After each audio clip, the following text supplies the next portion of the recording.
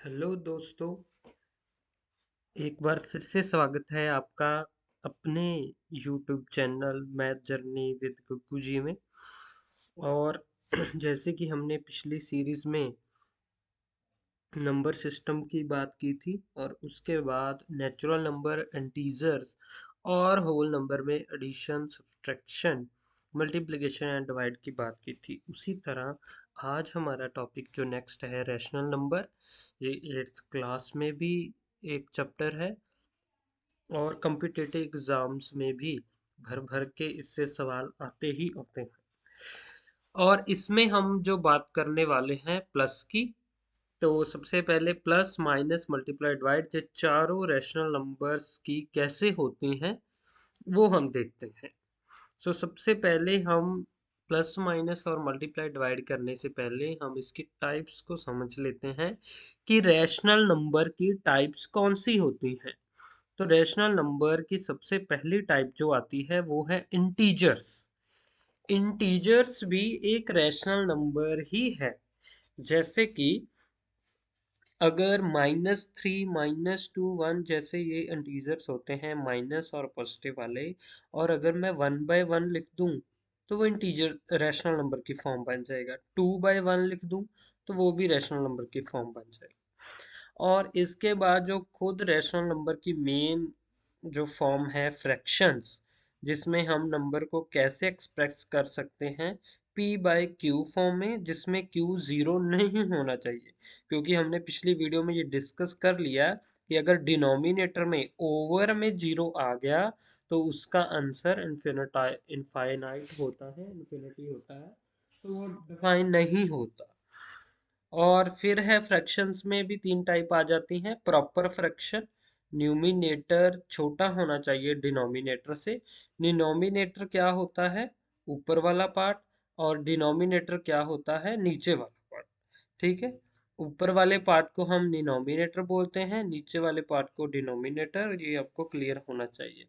और proper fraction का meaning यही है कि ऊपर वाला पार्ट छोटा होना चाहिए और नीचे वाला पार्ट यानी कि डिनोमिनेटर बड़ा होना चाहिए, और जिसकी एग्जांपल 1/2 एंड 3/4 एक्सेट्रा ये दी हुई है। इसके बाद आता है इम्प्रॉपर फ्रैक्शंस। इम्प्रॉपर फ्रैक्शंस में प्रॉपर फ्रैक्शंस के बिल्कुल उल्टा, कि न्यूमिनेटर बड़ा होना चाहिए डिनोमिनेटर से, जहाँ इक्वल भी हो सकता है, वो इम्प्रॉपर। जैसे इंटीजर्स इम्प्रॉपर ही फ्रैक्शंस होते हैं, और इसलिए इम्प्रॉपर उन्हें हम कह सकते हैं, क्योंकि उनमें 2 दिया हुआ है और 2/1 वो 2 ही रह गया। इसी तरह इम्प्रॉपर में डिनोमिनेटर जो दिया हुआ है 3/2, 5/3, 4/4, देखो ये एग्जांपल लिखी है कि सेम भी हो सकते हैं। और ठीक है, और इसके बाद आता है मिक्स्ड फ्रैक्शन। मिक्स्ड में क्या है? नेचुरल नंबर होगा जब प्लस कोई फ्रैक्शन दिया होगा, जैसे ये दिया होता है 1/1/2, 3/1/3। ठीक है, और इसके बाद जो टाइप आती है डेसिमल्स की, ये भी रैशनल नंबर के ही अंडर आते हैं। डेसिमल्स में भी दो तरह के होते हैं। टर्मिनेटिंग डेसिमल्स, वो डेसिमल्स जो एंड हो जाते हैं 0.5 से, 2.75 से, एक्सेट्रा से। और इसके बाद जो रिपीटिंग डेसिमल्स जिनका एंड ही नहीं होता, decimals with pattern repeats infinitely, जैसे 0.333 ही आता जाएगा, कभी खत्म नहीं होगा, 0.66 आता जाएगा, 0.6161, ऐसे बहुत सारी एग्जांपल्स हैं। तो डेसिमल की बात हम अगली वीडियो में करेंगे। आज हम रैशनल नंबर्स के बारे में पढ़ने वाले हैं, और जिसमें फ्रैक्शंस का सम कैसे करते हैं। सबसे पहले एडिशन की बात है। जैसे हमारे पास सपोज ये दो नंबर हैं 4/3 प्लस 5/2, इसे कैसे ऐड करते हैं? कुछ बच्चे क्या करते हैं जिन्हें इसकी नॉलेज नहीं है, वो डायरेक्ट ऐड करते हैं 5 and 4 9 एंड 3 and 2 5। वो गलत हो जाएगा, इसे डायरेक्ट ऐड नहीं कर सकते। तो इसे ऐड करने का सबसे पहला जो तरीका है एलसीएम। डिनोमिनेटर वालों का हमने एलसीएम लेना है। यहाँ पे नीचे क्या है 3 और यहाँ पे नीचे क्या है 2, तो हमने 2 और 3 का एलसीएम लेना है, एलसीएम लेना भी आना चाहिए आपको। जैसे सबसे पहले हमने ये देखना होता है कि टू के टेबल में दोनों में से कोई आता है। तो हमने देखा कि टू के टेबल में टू आता है, कितने पर आता है, वन पर। तो थ्री तो टू के टेबल पे नहीं आता, तो थ्री एज इट इज नीचे आ जाएगा। और अगर थ्री, फिर देखना है थ्री के टेबल में, क्योंकि यहाँ पे थ्री ही बचा था, तो थ्री के टेबल में थ्री ही आता है। और कितने पे आता है, वन पे। जब नीचे वन वन आ जाए तो इसका मतलब हमारा एलसीएम हो गया है। और जो यहाँ पर बच जाते हैं उन्हें मल्टीप्लाई कर देना है। सो एलसीएम टू थ्री का क्या हो जाएगा, टू इंटू थ्री सिक्स। सो जो भी, ओके। सो इससे एडिशन करने का पहला तरीका है कि पहले नीचे वालों का डिनोमिनेटर का एलसीएम लेना है। फिर हमने क्या करना है, जो टर्म्स हमारी दी हुई थी, कौन कौन सी, 4/3 प्लस 5/2, इसके साथ एलसीएम को मल्टीप्लाई कर देना है दोनों तरफ। 4/3 के साथ भी और 5/2 के साथ भी। 6 हमारा एलसीएम आया था, इसी एलसीएम को दोनों तरफ मल्टीप्लाई कर देना है। फिर हम ये देख रहे हैं कि ये हमेशा कैंसल होंगे डिनोमिनेटर के साथ, क्योंकि थ्री के टेबल में सिक्स आता है और इधर टू के टेबल में भी सिक्स आता है। तो थ्री के टेबल में सिक्स कितने पर आता है, थ्री के टेबल में सिक्स आता है टू पर। और टू के टेबल में सिक्स आता है थ्री पर। ठीक है। सो जैसे थ्री वन ज़ा थ्री, थ्री टू ज़ा सिक्स, टू वन ज़ा टू, टू थ्री ज़ा सिक्स। और जो बच गया है, और सबसे अगली बात, जो भी एलसीएम आया है उसे हमने बटे लगाकर नीचे लिख देना है। और जो जो बच गया, जैसे यहाँ क्या बचा, 4 × 2 एंड 5 × 3, यही चीज आगे आ जाएगी, 4 × 2 प्लस 5 × 3। इजी है, बिल्कुल इजी है। 4 2 ज़ा 8 प्लस 5 3 ज़ा 15 over 6 as it is equals to add कर देंगे। 15 और 8 को ऐड किया 23, और ओवर 6 एज इट इज। यही हमारा आंसर है। उम्मीद करता हूँ अच्छे से समझ आ गया होगा कि फ्रैक्शन की एडिंग हम ऐसे करते हैं। कुछ लोग इसे क्रॉस मल्टीप्लाई करके भी सिखाते हैं, हम वैसे भी कर सकते हैं। जैसे 4 2 से मल्टीप्लाई हुआ, देखो 4 2 से मल्टीप्लाई हुआ, 3 5 से मल्टीप्लाई हुआ, 3 5 से मल्टीप्लाई हुआ, और 3 2 ज़ा 6, 3 2 ज़ा 6 इसमें आ गया। इसे हम डायरेक्ट भी कर सकते हैं, लेकिन सिर्फ इसी सवाल को। हर सम इस शॉर्टकट से होने वाला नहीं है, हो भी जाएगा लेकिन उसके बाद हमें अलग से कटिंग करनी पड़ेगी, वो अलग झंझट है। इसलिए मैं हमेशा बच्चों को प्रेफर करता हूँ एलसीएम से ही करो, क्योंकि एलसीएम से आंसर इजी हो जाता है और शॉर्ट हो जाता है। और ये कटिंग भी बहुत इजी होती है एलसीएम में। जबकि डायरेक्ट मल्टीप्लाई, क्योंकि ये तो स्टेटमेंट ही छोटी छोटी हैं, 4/3 5/2, और अगर ये स्टेटमेंट बड़ी हो जाए, जैसे कोई 94/93, 95/92 फॉर एग्जांपल, तो कैसे ही कर पाएंगे मल्टीप्लाई इतनी बड़ी बड़ी। ठीक है। तो आगे चलते हैं। आगे है हमारे पास सब्सट्रैक्शन, वो भी सेम है, सेम ही स्टेटमेंट लिख ली है मैंने।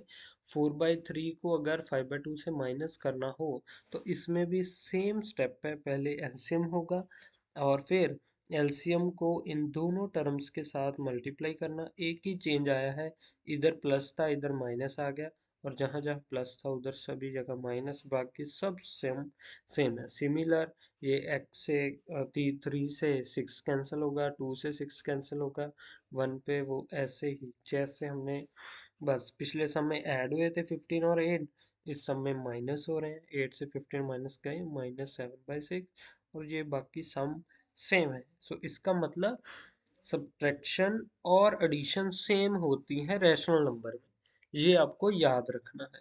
और अगली बात जो याद रखनी है कि मल्टीप्लाई और डिवाइड एलसीएम से नहीं होते।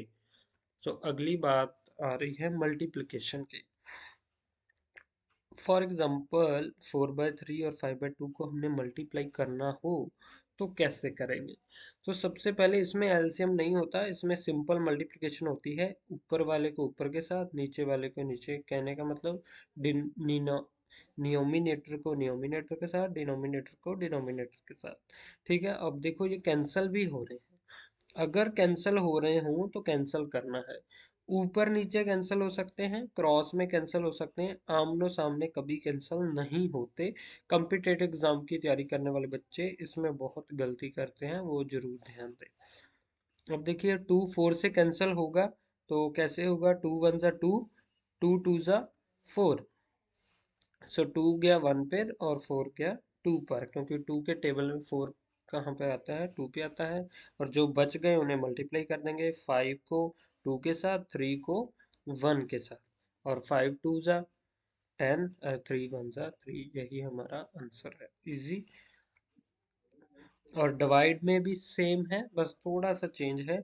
जैसे 4/3 दिया हो और डिवाइड किया हो 2/3 से, तो इसमें सबसे पहले क्या होता है? 4/3 एज इट इज लिखा जाता है, डिवाइड को मल्टीप्लाई में चेंज करते हैं और पिछली स्टेटमेंट को उल्टा देते हैं। देखिए 4/3 एज इट इज, डिवाइड को चेंज कर देना मल्टीप्लाई में, और पिछली स्टेटमेंट का रेसिप्रोकल कर देना, उसे उल्टा कर देना। अगर 2/5 है तो उसे 5/2 कर दिया हमने, और ये सेम स्टेटमेंट बन गई जो हमने ऊपर की है। सिमिलरली ये कैंसिल हो रहे हैं पहले, और फिर 5 2 ज़ा एंड 3 1 ज़ा, 5 2 ज़ा 10, 3 1 ज़ा 3। ठीक है, डन। उम्मीद करता हूँ ये अच्छे से समझ आ गए। रैशनल नंबर की एडिशन, सब्ट्रैक्शन, मल्टीप्लिकेशन, डिवाइड के यही फिक्स रूल हैं, और कोई रूल नहीं है इनमें। यही बेसिक रूल है और इन्हें याद रखिएगा। और इसके बाद हमने जो टाइप पढ़ी थी मिक्स्ड फ्रैक्शन की। मिक्स्ड फ्रैक्शन का मतलब है कि अगर 2 + 4/5 करना पड़े तो कैसे करेंगे। इसमें भी एलसीएम ले सकते हैं और एलसीएम के बिना भी कर सकते हैं, और इस सम को मैं एलसीएम के बिना ही प्रेफर करता हूँ, क्योंकि ये डायरेक्ट हो जा रहा है। डायरेक्ट कैसे होगा? 5 को 2 के साथ मल्टीप्लाई कर देना, क्रॉस मल्टीप्लाई जिसे बोलते हैं। 5 2 ज़ा 10, देखिए यहाँ पे करके दिखाया है कि 2 5 से मल्टीप्लाई होगा, और ये +4 ऐसे ही, और ये जो नीचे 5 था ये सभी के नीचे आ जाएगा। ठीक है। और 5 2 ज़ा 10, 10 + 4 14, 14/5 आंसर। वेरी इजी सम, डायरेक्ट मल्टीप्लाई। 5 2 ज़ा 10, 10 एंड 4 14, हम डायरेक्ट भी कर सकते हैं। और अगर यही 2 इस तरफ हो तो भी सेम है, इस तरफ से मल्टीप्लाई कर देंगे। 5 2 ज़ा 10 एंड 10 एंड 4 14। ठीक है, बिल्कुल सेम वे है, सेम तरीका है। सब्ट्रैक्शंस आ जाए वो भी सेम है। 5 2 ज़ा 10, बस उधर प्लस हुआ था, इधर हमने क्या करना है? मल्टीप्लाई कर देना है। ठीक है, सो 5 2 ज़ा 10, 10 से 4 माइनस किए 6 आ गए। और अगर 2 इस तरफ हो तो भी सेम, 5 2 ज़ा 10, 10 इस तरफ आ जाएगा, और यहाँ पर आंसर चेंज हो जाएगा, क्योंकि 4 में से 10 माइनस करेंगे तो -6 बचेगा, क्योंकि हमने स्टार्टिंग में पढ़ा था कि जो बड़ी संख्या है उसके आगे वाला साइन ही आंसर में साइन आता है। और अब इसकी देखते हैं मल्टीप्लिकेशन। मल्टीप्लिकेशन में नहीं मल्टीप्लाई करना, क्रॉस मल्टीप्लाई नहीं करना मल्टीप्लिकेशन में। 6 2 ज़ा 12 नहीं करना, बहुत बच्चे ये गलती करते हैं। ठीक है, हमने फ्रैक्शन में और मिक्स्ड फ्रैक्शन में एडिशन सब्ट्रैक्शन के रूल अलग अलग होते हैं, मल्टीप्लिकेशन और डिवाइड के रूल अलग अलग होते हैं। सो हमने 2 × 5/6 अगर करना हो तो हमें 2 के नीचे 1 लगा, तो ये वही रूल बन गया कि अगर तो कैंसिल हो रहे हो तो करना है, अदरवाइज नहीं करना। और मुझे दिख रहा है कि कैंसिल हो रहे हैं। 2 के टेबल में 6 आता है, कितने पे आता है? 3 पे, इसलिए 3 पे वो कैंसिल हो गया। सो आंसर आ गया 5/3। और सेम अगर 2 इधर होता तो भी ये 2/1, और 2 से 6 कैंसिल हो रहा है 3 पे, सो 5/3, ये जो पहले समझा दिया था। सेम डिवाइड में आंसर चेंज हो जाते हैं, क्योंकि 5/6 का अब रेसिप्रोकल होगा। पहले तो 2 के नीचे 1 लिखना है वैसे ही, और डिवाइड का साइन वैसे ही, 5/6 वैसे ही। अब डिवाइड को चेंज किया मल्टीप्लाई में, और 5/6 क्या बन गया? 6/5। अब देखिए कैंसिल तो नहीं हो रहा, इसलिए डायरेक्ट मल्टीप्लाई हो गया। 2 6 ज़ा 12, 5 1 ज़ा 5। एंड सिमिलर इधर भी अगर 2 इस तरफ आ जाए तो चेंज होगा। 2/1 लिखना है पहले तो, और फिर जब हम इसे चेंज करेंगे तो ये 1/2 हो, यहाँ पे मिस प्रिंट हुआ पड़ा है।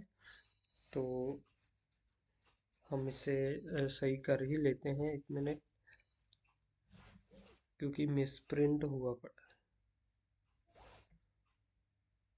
है। यहाँ पे आना है 1/2, क्योंकि मैंने बताया है डिवाइड में जब भी हम कैंसिल करेंगे,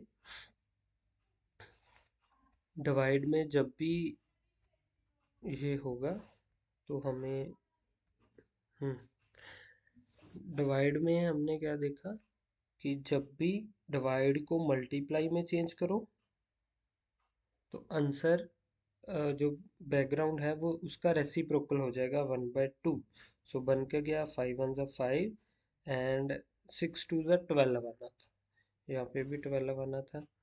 तो कोई बात नहीं, ये तो कैलकुलेशन में गड़बड़ है। अब मेथड सीख लीजिए अच्छे से कि डिवाइड ऐसे होता है और मल्टीप्लिकेशन ऐसे होता है। ओके, उम्मीद करता हूँ सबको समझ आ गया होगा। और ये आपके लिए थोड़ा सा होमवर्क है, इन्हें आप ट्राई करें और इसका आंसर कमेंट में ज़रूर दें, ताकि मुझे भी पता चल सके कि व्यूअर्स को कितना समझ आता है। और अगर आपको वीडियो अच्छी लगी हो, पहले तो थैंक्स यहाँ तक देखने के लिए। और अगर वीडियो अच्छी लगी है तो इसे लाइक करें, शेयर करें और सब्सक्राइब करें और बेल आइकन ज़रूर प्रेस करें। Thank you.